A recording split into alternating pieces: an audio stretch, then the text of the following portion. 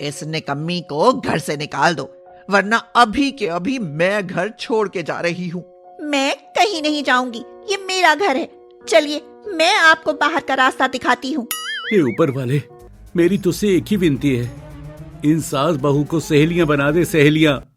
कंचन, अरे ओ कंचन, जरा इधर आ तो, मैं तेरे दिमाग ठीक करती हूँ। उफ़ो, फिर से बुढ़िया की टाय टाय शुरू हो गई। उफ, जाना तो पड़ेगा ही। सरला कंचन का नाम चिल्लाए जा रही थी, लेकिन फिर भी कंचन बहुत आराम से धीरे धीरे चलती हुई आ रही थी। उसे देखकर नीरज कहता है, अरे यार कंचन, माँ कब से इतना जोर जोर से चिल्ला रही है।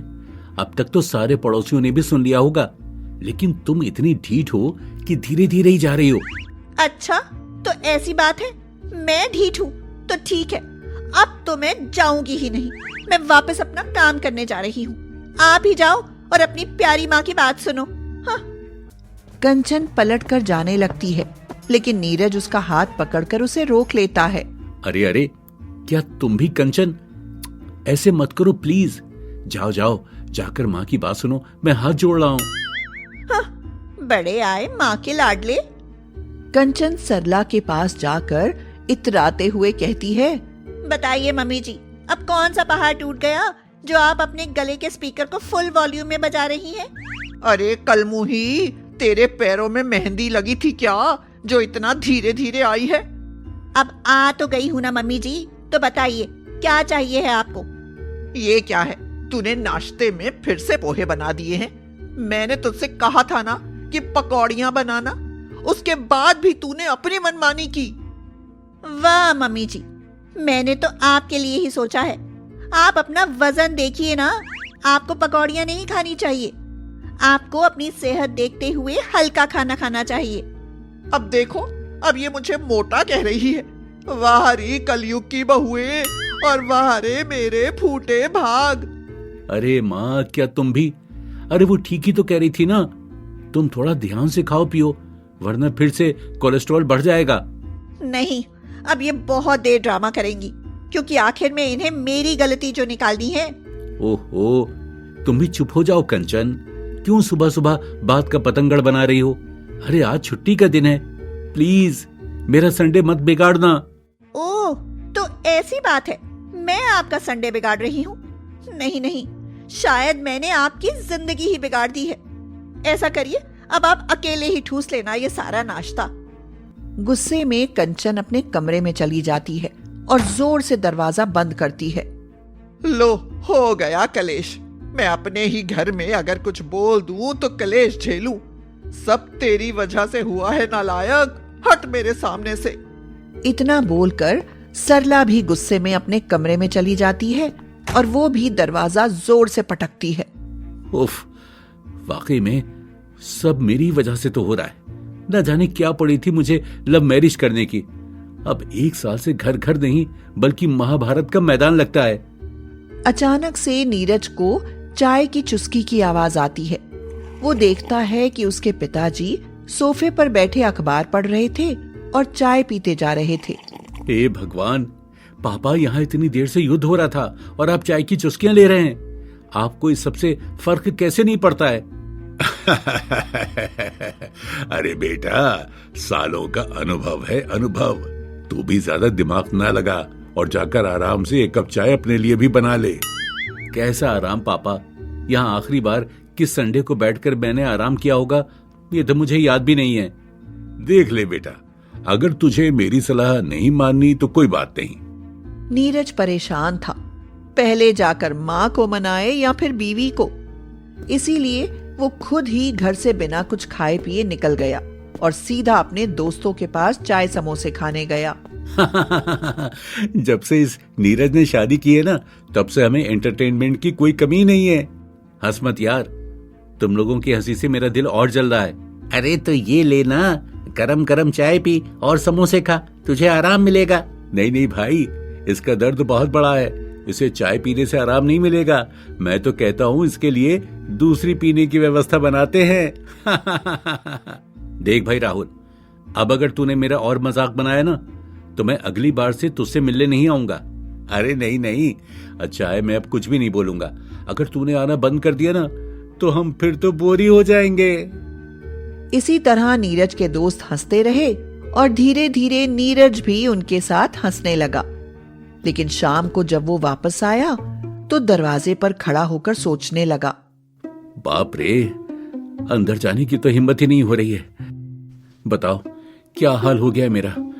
अपने ही घर जाने में डर लग रहा है। खैर, अंदर तो जाना ही पड़ेगा, बाहर कहां सोऊंगा। नीरज जैसे ही घर के अंदर जाता है तो उसके होश ही उड़ जाते हैं। सामने कंचन और सरला डाइनिंग टेबल पर बैठी साथ में खाना खा रही थी। हैं? ये मैं क्या देख रहा हूं? मैंने पी भी तो नहीं है ना, फिर ये मुझे अजीब अजीब सी चीजें क्यों दिखाई दे रही हैं? अरे वहाँ क्यों खड़े हैं? अंदर आइए ना, या बाहर ही खड़े रहने का इरादा है? नहीं, आ रहा हूं। नीरज भी आकर डाइनिंग टेबल पर बैठ जाता है। ये लीजिए, खाना खा लीजिए।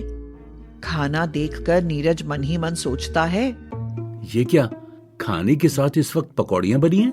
इसका मतलब सुबह वाली गलती को सुधारने के लिए कंचन ने आखिर माँ के लिए पकौड़ियां बना ही दी। मतलब अब ये सुधरना चाह रही है। अरे क्या खुसर पुसर कर रहा है, चुपचाप खाना खा ले। हाँ, ठीक है माँ। फिर क्या था, नीरज चुपचाप खाना खाकर अपने कमरे में चला जाता है। लेकिन उसका मन नहीं मान रहा था, इसीलिए उसने आखिर में कंचन से पूछ ही लिया, कंचन, आखिर तुमने अपनी और माँ के बीच की दूरियों को कम करने की सोच ही ली। मैं इस बात से बहुत खुश हूँ। अब घर में सब अच्छा ही होगा, है ना? है? क्या कहा? अरे मैं भला क्यों कुछ करने लग गई, और वो भी आपकी माँ के लिए? हाँ, इन्हें तो मैं शादी के पहले दिन से ही नापसंद हूँ। उनका बस चलता तो वो मेरी शादी आपसे कभी ना होने देती।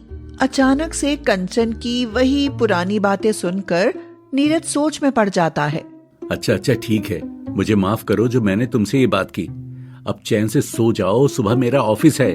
कंचन सो जाती है, लेकिन नीरज के मन में अभी भी कई सवाल थे, इसीलिए वो अपनी माँ के कमरे में जाता। माँ, सोने जा रहा हूँ। हाँ, और क्या करूँ, टाइम नहीं देख रहे हो तुम? हाँ माँ, वो तो है, मैं भी बस सोने ही जा रहा था। बस मैं आपसे ये पूछना चाह रहा था कि आपने तकलीफ क्यों ली पकौड़ियां बनाकर? क्या कहा? तेरा दिमाग ठिकाने पर है या नहीं? मैं क्यों बनाऊंगी भला, तेरी बीवी ने बनाई होगी। अरे माँ ने भी पकौड़ियां नहीं बनाई, न कंचन ने दोस्ती का हाथ बढ़ाया माँ से। तब फिर आखिर ये सब किया किसने? अरे इतनी रात को यहाँ खड़ा होकर क्या बड़बड़ा रहा है?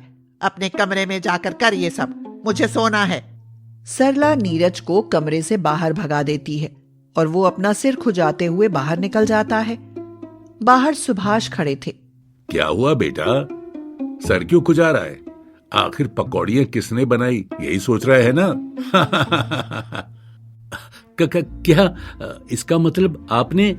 हाँ बेटा, तुझे तेरी दादी याद है ना? वो तेरी माँ को बिल्कुल पसंद नहीं करती थी। ये कितनी भी कोशिश कर ले, मेरी माँ से कभी दोस्ती नहीं कर पाई। इसलिए उसके मन में सास और बहू के रिश्ते को लेकर बहुत कड़वाहट भर गई है। अच्छा, यानी कि इसीलिए माँ ऐसी हैं। हाँ, कंचन जब शुरू में आई थी ना, तब उसने भी बहुत कोशिश की तेरी माँ की सहेली बनने की, मगर सरला ने अपनी कड़वाहट के आगे बहू के प्यार की मिठास को समझा ही नहीं। लेकिन देख, आज पकौड़ियों के कारण दोनों ने शांति से साथ में बैठकर खाना खाया तो मैं समझ गया पापा कि आप क्या कहना चाह रहे हैं। अब देखना, मैं दोनों सास बहू को सहेली बनाकर ही मानूंगा। नीरज ठान लेता है कि वो दोनों को सहेली बना देगा, मगर ऐसा करना इतना भी आसान नहीं था। अगली सुबह माँ भी उठी नहीं है। उनकी सुबह की दवाई यहाँ पहले ही टेबल पर रख देता हूँ।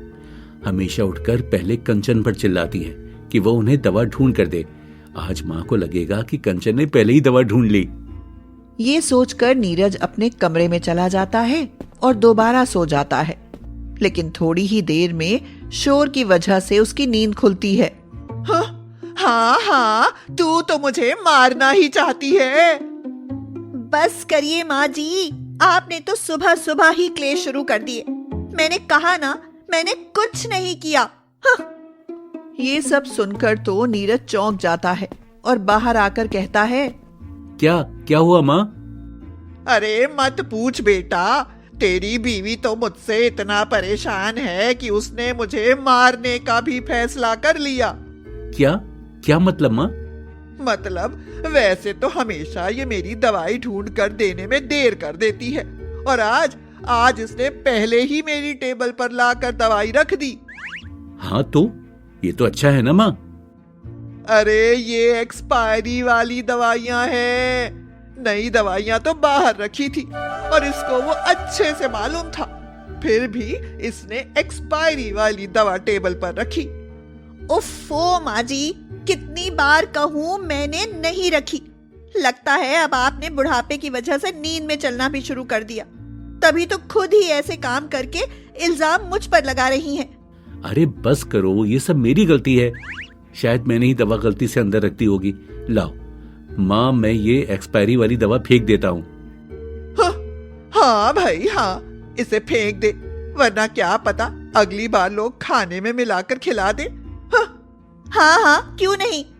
बेचारा नीरज बाहर जाकर सोचता है, यहाँ तो कर्म करने जाओ फिर भी कांड हो जाते हैं, लेकिन मैं भी इतनी जल्दी हार मानने वाला नहीं हूँ। इनकी दोस्ती तो करा कर ही रहूंगा। हाँ, फिलहाल तो नीरज अपने ऑफिस चला जाता है, मगर जब वो शाम को ऑफिस से घर आता है तब उसके हाथ में 2 थैलियां थीं। लगता है दोनों सास बहू आपस में झगड़ा करके फिर से अपने अपने कमरे में बंद हैं। अभी जाता हूँ। पहले नीरज अपनी माँ के कमरे में जाता है और कहता है, माँ देखो मैं मोमोज लेकर आया हूँ। हैं? अरे वाह, मेरे मनपसंद, क्या बात है। हाँ, वो मैंने सोचा आज बाहर से कुछ चटपटा लेता चलूं, तो मैंने कंचन से फोन करके पूछा तो उसने कहा मोमोज ले आना। माँ जी को भी बहुत पसंद है तो मैं यही ले आया। क्या? मगर उससे तो मोमोज बिल्कुल नहीं पसंद। अरे हाँ, ये तो मैंने सोचा ही नहीं। खैर, अब जो हो गया सो हो गया, मैं चलता हूँ। नीरज हंसता हुआ कमरे से बाहर आ जाता है और फिर कंचन के पास जाता है। देखो कंचन, मैं स्प्रिंग रोल लाया हूँ। क्या? अरे वाह, मेरा तो कुछ चटपटा खाने का मन कर भी रहा था। हाँ, मैंने भी यही सोचा और फिर माँ को कॉल किया कि उन्हें क्या खाना है, तो उन्होंने कहा स्प्रिंग रोल ले आओ। क्या? मगर स्प्रिंग रोल तो घर में सिर्फ मुझे पसंद है और उन्हें बिल्कुल नहीं। उन्हें तो मोमोज पसंद थे ना। अरे हाँ, ये तो मैंने सोचा ही नहीं। खैर, अब जो हो गया सो हो गया, इसे खा लो। हाँ हाँ, ठीक है। ये सब करके नीरज को मन ही मन बहुत खुशी हो रही थी। थोड़ी देर बाद जब वो बाहर बैठा हुआ था तब देखता है कि सरला मंदिर में कुछ सामान ढूंढ रही थी। अरे क्या हुआ माँ, तुम अब तक सोई क्यों नहीं? अरे बस जा ही रही थी नीरज, वैसे भी सुबह मुझे जल्दी उठना पड़ेगा। जल्दी क्यों माँ? अरे कल घर में सुबह सुबह एक पूजा होनी है और उसके लिए घर में सामान भी नहीं है। फूल वगैरह भी मंडी से ही लेकर आने पड़ेंगे, इसीलिए मुझे तो जल्दी उठना ही पड़ेगा ना। मैं नहीं करूंगी तो आखिर कौन करेगा। बड़बड़ाते हुए सरला अपने कमरे में जाकर सो जाती है, लेकिन तभी नीरज को अपना अगला प्लान समझ आ जाता है। वो सुबह सुबह सरला से भी पहले उठ जाता है। कंचन, उठो कंचन। हाँ, क्या है? अरे इतनी सुबह सुबह क्यों उठा रहे हो मुझे आप? अरे कंचन, जल्दी उठ जाओ, आज हम मॉर्निंग वॉक पर चलेंगे। क्या? अरे आप ठीक तो हो? Morning walk? आज तक तो कभी नहीं गए किसी मॉर्निंग इवनिंग वॉक पर। हाँ, लेकिन अब जाना है ना, और जल्दी चलो। मुझे अकेले जाने में शर्म आती है। याद नहीं, तुमने शादी के वक्त कसम खाई थी कि हमेशा मेरा साथ दोगी, तो चलो फिर। हे भगवान, पता नहीं मैं कहाँ फंस गई।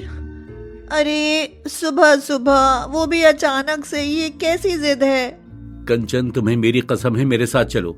मैं तुम्हारे आगे हाथ जोड़ता हूँ। ओफो, मैं तो तंग आ चुकी हूँ आपसे और आपकी माँ से। वाह, अब सुबह सुबह माँ को बीच में कहाँ से ला रही हो? अरे चलो ना प्लीज। हाँ, चलो। आखिर कंचन को अपनी शादी की कस्मों की वजह से उठना ही पड़ा और नीरज उसे लेकर मॉर्निंग वॉक पर आ जाता है।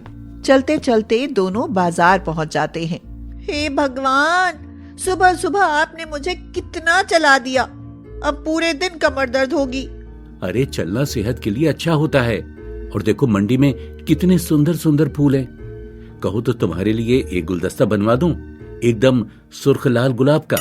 आहा, रहने दो, मुझे नहीं चाहिए सुर्ख लाल गुलाब। इससे अच्छा मुझे एक नई साड़ी दिलवा देना, वो भी गुलाबी कलर की। वाह, पर गुलाब तो सस्ते आएंगे ना। और क्या। अरे हाँ, अच्छा याद दिलाया, आज तो घर में पूजा है, माँ जी को फूल लाने थे, तो फिर हम ही फूल और बाकी सामान लेकर चलते हैं। अभी सुबह का वक्त है तो सब कुछ सस्ता ही मिलेगा। अरे हाँ, कमाल का आइडिया है कंचन, और ऐसा करने से माँ भी खुश हो जाएगी, क्यों है ना? हाँ, उनके खुश होने से मुझे कोई मतलब नहीं है। वैसे भी उनके लिए कुछ भी कर लो, वो कभी खुशी नहीं होती हैं। अरे ऐसा नहीं है कंचन, तुम एक बार दिल से कोशिश करके तो देखो, क्या पता अब माँ बदल जाए। रहने दो, सामान लेकर घर चलते हैं। अरे मगर मैं पैसे तो लाई ही नहीं। अरे मैं लाया हूँ ना, ये लो। है? आप मॉर्निंग वॉक पर पर्स लेकर कैसे आ गए? कंचन का सवाल सुनकर नीरज थोड़ा घबराता है, फिर बात को संभालते हुए कहता है, अरे वो मैंने सोचा चाय पीने का मन किया, तो अब तुम ये सब छोड़ो ना, चलो सामान ले लेते हैं। नीरज और कंचन मिलकर सारा सामान ले लेते हैं और घर आ जाते हैं। वहां सरला उन्हीं दोनों का इंतजार कर रही थी। अरे तुम दोनों सुबह सुबह कहाँ चले गए थे? मुझे अब तुम लोगों की वजह से अपना सामान लाने में देर होगी। मैं घर ऐसे खाली छोड़कर नहीं जा सकती थी ना। क्या जरूरत थी सुबह सुबह मटर गश्ती करने जाने की? अरे माँ जी, ठंड रखिए, देखिए हम सामान ले आए। सुबह सुबह इतना मत चिल्लाइए, बीपी हाई हो जाएगा आपका। क्या ले आए? अरे वाह। हाँ माँ, मुझे तो याद भी नहीं था कि कोई पूजा है। ये कंचन ने ही कहा, इसे आपकी कई सारी बातें याद रहती हैं। वाह बहू, तू तो एकदम मेरी तरह समझदार निकली। अब पूजा का सब काम समय पर हो जाएगा। अरे तेरा बहुत बहुत शुक्रिया। अरे इसमें क्या शुक्रिया माँ जी, ये तो मेरा फर्ज था। सरला के जाते ही कंचन नीरज से कहती है, अच्छा हुआ मैं आपके साथ वॉक पर गई, इसी बहाने सामान आ गया। अम्मा जी कितनी खुश लग रही थी। अब मैं उनकी पूजा में भी पूरी मदद कराऊंगी। हाँ हाँ, तुम ऐसे ही करना कंचन, फिर तो शायद तुम दोनों की अच्छी दोस्ती हो जाएगी और मेरा प्लान काम कर जाएगा। क्या कहा? दोस्ती प्लान? क्या मतलब है आपका? क्या कुछ भी तो नहीं। मैं जाता हूँ तैयार होने, मुझे ऑफिस के लिए देर हो रही है। बात घुमाकर नीरज ऑफिस चला जाता है और इधर कंचन और सरला खुश होकर साथ बैठती हैं और पूजा की तैयारी करती हैं। वैसे माँ जी, कल रात आपने मेरे लिए स्प्रिंग रोल मंगवाए, मुझे बड़ा अच्छा लगा। हैं? क्या? मैंने कौन से स्प्रिंग रोल मंगवाए? और मुझे तो ये बाहर का खाना पसंद भी नहीं है। उल्टा ये तो मैं तुझसे कहने वाली थी। क्या मतलब? मैंने तो कुछ भी नहीं मंगवाया था। मगर नीरज ने तो। दोनों को एक साथ समझ आ जाता है कि आखिर ये सब माजरा क्या था और दोनों हंस पड़ती हैं। तो ये सब नीरज का प्लान था और ये प्लान हमारी दोस्ती करवाने का था। लेकिन मुझे तो लगता है कि उसका ये प्लान काम कर गया है। क्यों बहू? हाँ, मुझे भी ऐसा ही लगता है माँ जी। बेचारा नीरज हमारे लिए इतनी कोशिश कर रहा था और हम बेवजह ही लड़ रहे थे। कंचन, मेरी सास मेरी दुश्मन थी, इसीलिए मैंने तुझे भी अपना दुश्मन ही समझा। अरे मुझे माफ करना बेटा। कोई बात नहीं माँ जी, मैंने भी शायद ठीक से कोशिश नहीं की, लेकिन अब हम अपने रिश्ते की एक नई शुरुआत करेंगे। आइए गले लगते हैं। दोनों सास बहू गले लग जाती हैं और बाहर खड़े सुभाष और नीरज ये नजारा चुपके चुपके देख रहे थे। शाबाश बेटा, तूने कर दिखाया। अरे पापा, सब आपका ही कमाल है। आप ही ने तो मुझे ये रास्ता दिखाया था। आइए हम भी गले लग जाते हैं। इस तरह से नीरज की सूझबूझ से दोनों सास बहू सहेलियां बन जाती हैं।